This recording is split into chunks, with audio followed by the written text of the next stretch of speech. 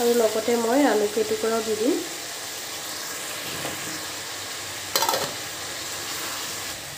এতিয়া এইখিনি আকৌ 10 মিনিটৰ কাৰণে ঢাকনখন লগাই দিম, কিন্তু মাজে মাজে লৰাই থাকিম বাৰু। আৰু 10 মিনিটমান হ'ল মই মাজে মাজে লৰাই আছিলোঁ বাৰু।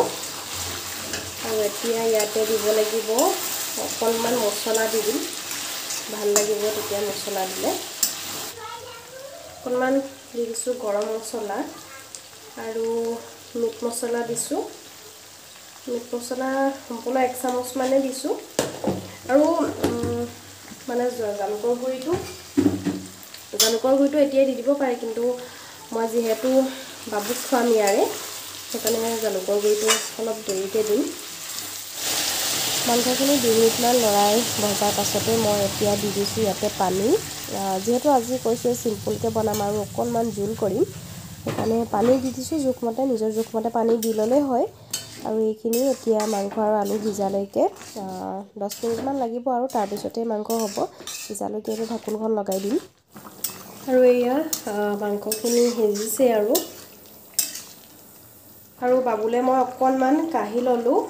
এতিয়া ইয়াতে অকণমান যে থৈছিলোঁ বুলি কৈছিলোঁ আদা নহৰু দি দিছোঁ, লগতে আৰু দিম আজিৰ মেইন বস্তুটো, এইটো হৈছে এইয়া জালুকৰ গুড়ি। মেইন বস্তুটো অকণমান সৰহকৈ দি দিছোঁ। এই চামুচখনে মানে একদম সম্পূৰ্ণ 1 চামুচ। আৰু এই জালুকখিনি মই গোটা জালুক গৰম কৰি খুন্দি লৈছোঁ। এনেই গুড়িটো দিলে এইটো বেছি জ্বলা হয়। এইখিনি এতিয়া আকৌ 5 মিনিটমানৰ কাৰণে উতলিবলৈ দিম, অকণমান ডাঠ হৈ আহিলে ভাল হ'ব। আৰু লাষ্টত মই 2টা জলকীয়াও কাটি দিছোঁ, ভাল লাগিব গোন্ধটো। আৰু অকণমান ধনিয়া দিব পৰা হ'লে ভাল লাগিলে। আজি মোৰ লগত নাই মানে ধনিয়া, আপোনালোকৰ ওচৰত যদি ধনিয়া থাকে দি দিব। আৰু এতিয়া আকৌ কম জুইত 5 মিনিটমানৰ কাৰণে ৰাখিলে আমাৰ চিকেন ৰেডি হৈ যাব। আৰু এইয়া আমাৰ জালুকীয়া চিকেন ৰেডি হৈ গ'ল। লগত অকণমান চালাড আছে আৰু ভাত। এয়াই আজি আমাৰ খানা হৈ যাব। পুনৰ লগ পাম নতুন এটা ভিডিঅ'ত। তেন্তে আজিলৈ বাই বাই।